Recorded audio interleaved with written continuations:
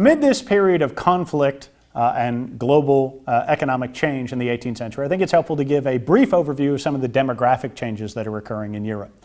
During the 18th century, the population of Europe will go from around 120 million people to 190 million people. So how exactly did that change come about? How is it that we have this massive population increase? Well, one of the reasons for that is something known as the agricultural revolution, or the second agricultural revolution. I'm only mentioning it here because we're going to talk about it a lot more in our lecture on the Industrial Revolution, because the benefit of increased population and increased food production is going to be the means by which you can sustain or fuel, if you will, the Industrial Revolution. And as you got an increase in population, you had any number of other demographic changes. You get an increase in life expectancy. You get a shift in marriage patterns. Where people are recognizing, oh goodness, we can live longer, so maybe we can conceive of getting married and having children at an earlier age. But what are some of the changes that are increasing the population? Well, as noted, there's a population boom after 1750.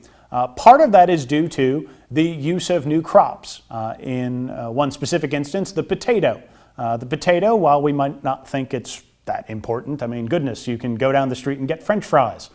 It's a staple crop across the globe. But the potato was an example of this global process of trade, because the potato was a New World crop. The potato is grown in the Andes Mountains, an area of not particularly good climate. It's cold, it's cloudy, it's rainy.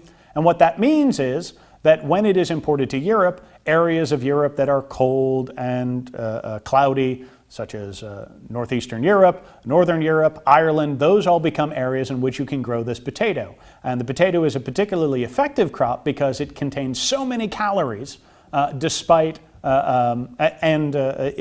it's able to be grown in areas that you normally wouldn't be able to grow food. Another reason for the population boom, though, is medical improvements. You get Dr. Edward Jenner develops the very first inoculation or vaccine for stamping out smallpox. Smallpox had killed around 400,000 people a year, and it left the survivors horribly scarred. So this very first inoculation was a huge medical advance. It not only puts the end to the scourge of smallpox, but allows the population to continue to grow well into the 19th century. But there is one more demographic change that we need to note, and that, of course, is something we've talked about before, the slave trade. If we want to talk about global demographic trends, one of the others is the massive abduction and transfer of population to the New World in the form of Africans as part of the slave trade. The triangle trade shifted millions of Africans from West Africa to Brazil, to the Caribbean, to the New World. Fundamentally changing the demographics of those societies as much as they were changing the, say, economics of Europe. And so when we look at these global demographic trends, what we should see is a rise in the population of Europe that's going to put in place all of the people necessary to start bringing about the changes that we're going to talk about in our subsequent lectures.